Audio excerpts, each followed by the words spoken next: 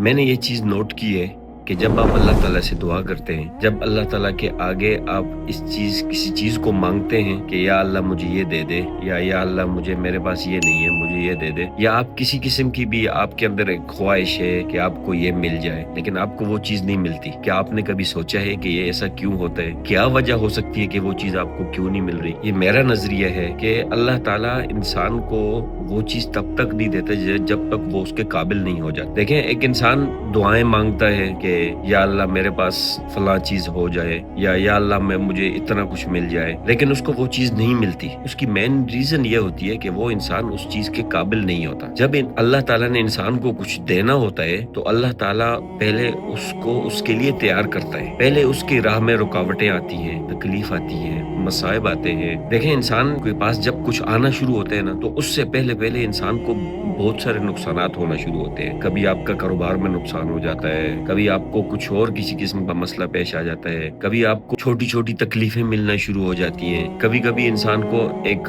بہت مشکل مرحلے سے گزرنا پڑتا ہے۔ یہ سب چیزیں جتنی بھی ہیں، یہ سب اللہ تعالیٰ انسان کو اس چیز کے لیے تیار کر رہا ہوتا ہے۔ آپ یہ کہیں کہ آپ نے دعا مانگی ہے لیکن اللہ تعالیٰ نے آپ کو نہیں دیا اس ٹائم، تو میرے دوست آپ اس قابل نہیں تھے کہ آپ کو دیا جائے۔ آپ کسی بھی چیز پر دیکھیں، اللہ تعالیٰ نے نبی اکرم صلی اللہ علیہ وسلم کو جب نبوت دینی تھی تو اس سے پہلے ان کو تیار کیا اس چیز کے لیے۔ پیدائش سے پہلے باپ کو اٹھا لیا، 6 سال میں ماں کو اٹھا لیا، پھر کچھ عرصہ گزرا تو دادا کو اٹھا لیا، یعنی جتنے بھی سہارے تھے سب کو بچپن میں اٹھا لیا۔ اس وقت ان کی پرورش کرنے والا کوئی نہیں تھا۔ بچپن سے اللہ تعالیٰ نے ان کی اس طریقے سے تربیت کی کہ ان کو نبوت دینی تھی تو اس کے لیے پہلے سے ان کو تیار کر کے رکھا، سینہ چاک کیا، ایک مرحلہ وار ساری ترتیب ہوئی، پھر اس کے بعد 40 سال کی عمر میں نبوت ملی۔ اسی طرح انسان ہر چیز جب اپنے اوپر آپ نوٹ کریں، آپ کو ایک چیز نہیں مل رہی تو اس کا مطلب یہ ہے کہ آپ اس کے قابل نہیں ہوئے ابھی تک۔ اس کے لیے آپ کو بہت ساری تکلیفیں اٹھانی پڑیں گی، بہت سارے مسائل سے گزرنا پڑے گا، بہت ساری تکلیفوں سے گزرنا پڑے گا۔ ایک بک ہے دی ماؤنٹین از یو کا آتھر کا کہنا یہ ہے کہ آپ تبدیلی کی جو راہ میں رکاوٹ ہے وہ آپ خود ہیں۔ اکثر اوقات انسان کے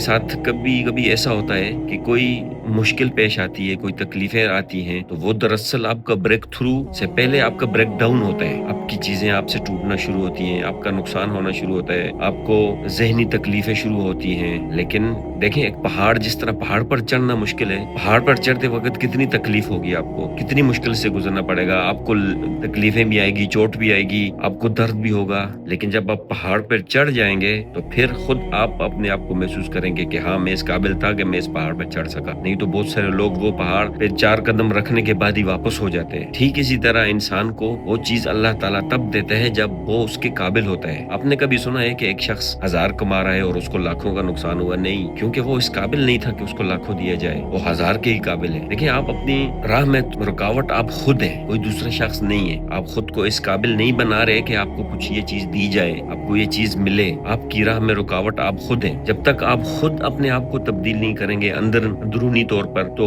آپ ظاہری طور پر آپ تبدیل نہیں ہو سکتے۔ یہ تھا آج کا ہمارا بلاگ، انشاءاللہ کل ملیں گے نیکسٹ۔ تب تک کے لیے اللہ حافظ۔